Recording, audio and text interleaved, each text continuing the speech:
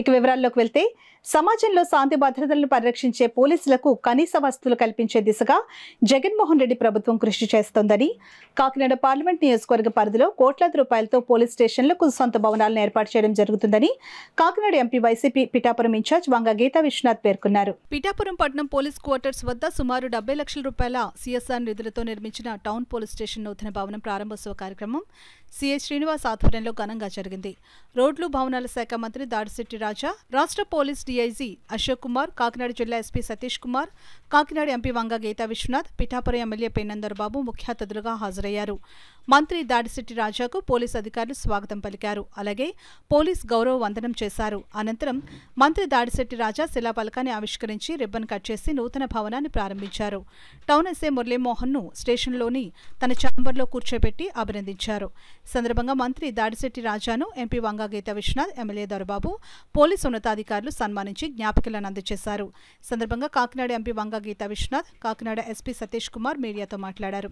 కార్యక్రమంలో వైసీపీ నాయకులు, పోలీస్ సిబ్బంది పాల్గొన్నారు. ఈ 3 స్టేషన్లు తీసుకుని సిఎస్ఆర్ నిధుల నుంచి మరి కిర్లంపూడి 60 లక్షలు, అదేవిధంగా తిమ్మాపురం 65 లక్షలు, మనకి ఇక్కడ ఈ పిఠాపురం పోలీస్ స్టేషన్ 75 లక్షలతో పైన ఉండే ఫ్లోర్ తో సహా ఉండేలాగా విధంగా ఇక్కడ డిజైన్ చేయించి పూర్తి చేయడం జరిగింది. ముఖ్యంగా ఇక్కడ ఇంజనీరింగ్ శాఖని, పోలీసు వారిని నేను హృదయపూర్వకంగా అభినందిస్తున్నాను.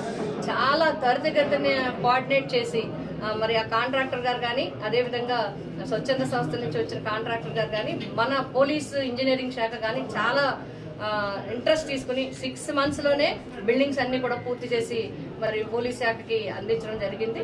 అలాగే ఫైర్ స్టేషన్ కూడా ఇక్కడ నిర్మించడం జరిగింది.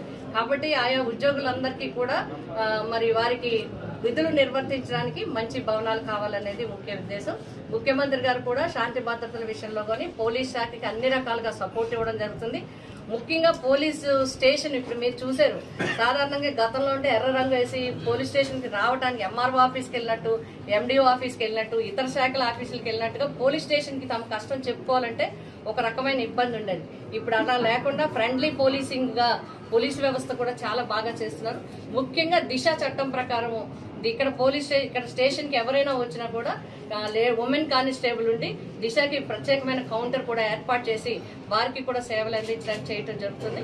కాబట్టి ముఖ్యమంత్రి గారు పోలీసు శాఖకు సంబంధించి అనేక విషయాల్లో మరి ప్రజలకి శాంతి భద్రతల విషయంలో ఎక్కడా భంగం లేకుండా పోలీసు వ్యవస్థ పనిచేసేలాగా వారు చర్యలు తీసుకోవడం జరిగింది.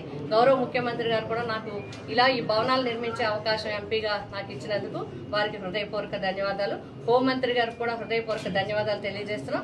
రేపు 6వ తేదీన తిమ్మాపురంలో కూడా హోంమంత్రి గారి చేతుల మీదుగా ఆ పోలీస్ స్టేషన్ కూడా ప్రారంభించుకున్నాం. మనకి పిఠాపురం టౌన్ ఎప్పుడు ఒక బిజీ స్టేషన్ కాబట్టి దానికి ఒక మంచి స్పేస్ బాగా పెట్టు ప్రజలు వచ్చి వెళ్ళిపోతామని కంఫర్టబుల్ గా ఉండాలన్న ఒక ఉద్దేశంతో పాటు ఈ పోలీస్ స్టేషన్ కొత్తగా ఒకటి కట్టాలని చెప్పి నిర్ణయం తీసుకోవడం జరిగింది.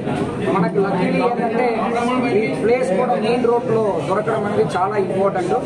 సో ఈ ప్లేస్ తో పాటు ఇంత మంచి ఒక స్పేషియస్ అయిన ఒక కొత్త పోలీస్ స్టేషన్ లో మన ఇంకా ప్రజలకి మంచి సేవ చేయాలన్న ఒక ఆపర్చునిటీ కూడా పెరుగుతాయి.